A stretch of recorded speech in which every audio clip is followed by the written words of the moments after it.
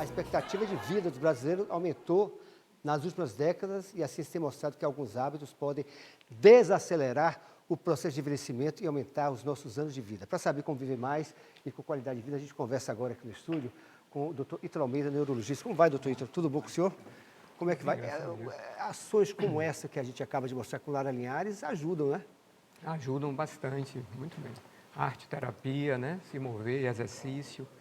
E eu achei interessante ele falar sobre aprender italiano para falar com o filho, porque aprender uma outra língua pode adiar em até 5 anos a doença de Alzheimer, por exemplo. Ah, é? Então, Porque cria novos circuitos cerebrais em várias áreas, isso é uma coisa muito boa. isso independente da idade? Como é que Independente da faixa etária, independente da idade. Pode adiar bastante a doença de Alzheimer. Agora eu estou curioso, porque uma pesquisa da Geórgia revelou que quem nasceu depois dos anos 40 pode, a depender da qualidade de vida, viver até 125 anos. E a expectativa é de que venha viver até 140 anos.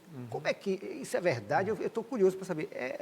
Pode acontecer isso mesmo? Os sistemas médicos mais antigos da humanidade, tanto o chinês quanto o Ayurveda da Índia, que é o mais antigo, eles sempre fizeram as contas do envelhecimento baseado no ser humano que vive 120 anos. Né? Então, sempre existiu na história da humanidade pessoas centenárias, mas em pequenos cantos. E a nossa vida ocidental, com tantas coisas, acabou encurtando essa vida e agora foi aumentando por uma série de motivos, né, de melhorias na área sanitária, etc. E a gente passou a viver muito mais.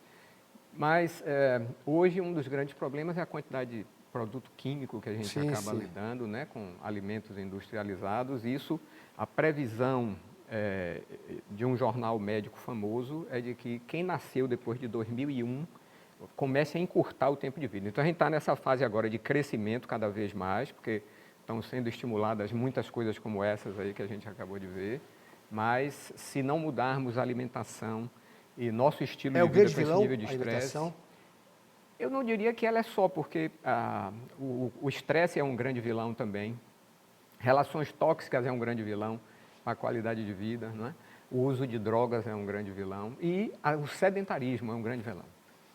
Consulta de graça aqui. Vamos à primeira pergunta nas ruas para o doutor Ítalo Almeida. Vamos lá, então. A atividade física tem que ser feita com frequência? O senhor acabou de falar. Tá? Tem que ser feita com frequência. Olha, qualquer atividade física, qualquer movimentação é boa para a saúde.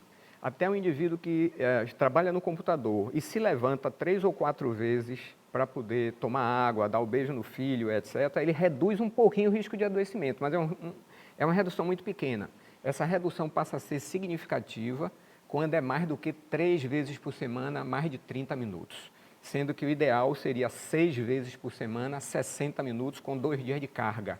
Então, hoje, o que a Organização Mundial de Saúde... O que é? Carga é musculação, peso, musculação, né? É importante pilates, também. Qualquer uma dessas atividades. E andar também muito, né? Andar é o aeróbico. Correndo, não, né? Não, aeróbico é qualquer atividade que seja constante, numa frequência um pouco maior, né, do que o caminhar normal. Quantos minutos por dia você falou? 30 minutos em diante já é significativo. 30 minutos por dia? Durante 6 dias na semana. Uma que é possível para quase todo mundo são 30 minutos 3 vezes por semana. Como 3 vezes, o que eu falo para meus pacientes é assim, eu digo, eu faço 4 vezes na semana, eu marco 4 dias, porque sábado, domingo e mais 2. Porque como a vida é cheia de surpresas, se eu não fizer um dia, o dever de casa são 3, é isso que eu brinco com os pacientes, o dever de casa são 3. Eu tenho que me movimentar 3 vezes, porque isso estatisticamente dá uma sobrevivência maior do que uma quantidade menor. Vamos à rua. Outra pergunta para o doutor Ítalo Almeida. Os cuidados com a alimentação devem começar cedo? Puxa, hoje tem trabalho que é para começar desde a vida intrauterina. A mãe tem que ter um padrão alimentar que já vai mudar a microbiota do filho, né? Então deve começar o mais cedo possível. E o segredo básico é ingestão de mais vegetais.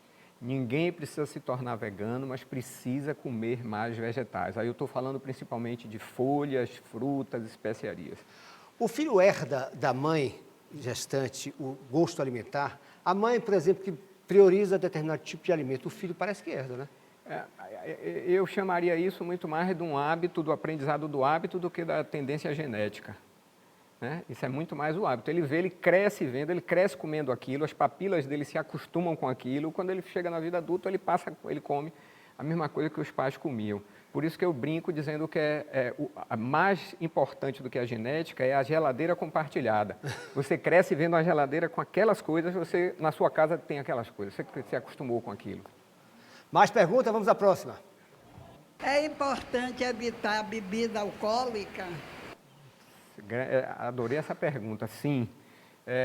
Entre as drogas, quando a gente vai dar aula, né, sobre drogas, a que mais causa danos à saúde, a que atinge mais sistemas é o álcool. Né? Mas como ela é liberada, né, então ela não existem tantas citações dela, mas é uma das grandes causas de mortalidade precoce, né, o uso de drogas, sem puritanismos. Eu acho que tomar álcool como um festejo, uma coisa Mas ocasional. a diversão é importante também. É claro, é bacana. Mas o astral, né? Exatamente. O problema é a quantidade e a frequência, né? Tem gente que, se não beber todo fim de semana, não consegue relaxar. Então, aí tem alguma coisa errada. Ele precisa de alternativas, né?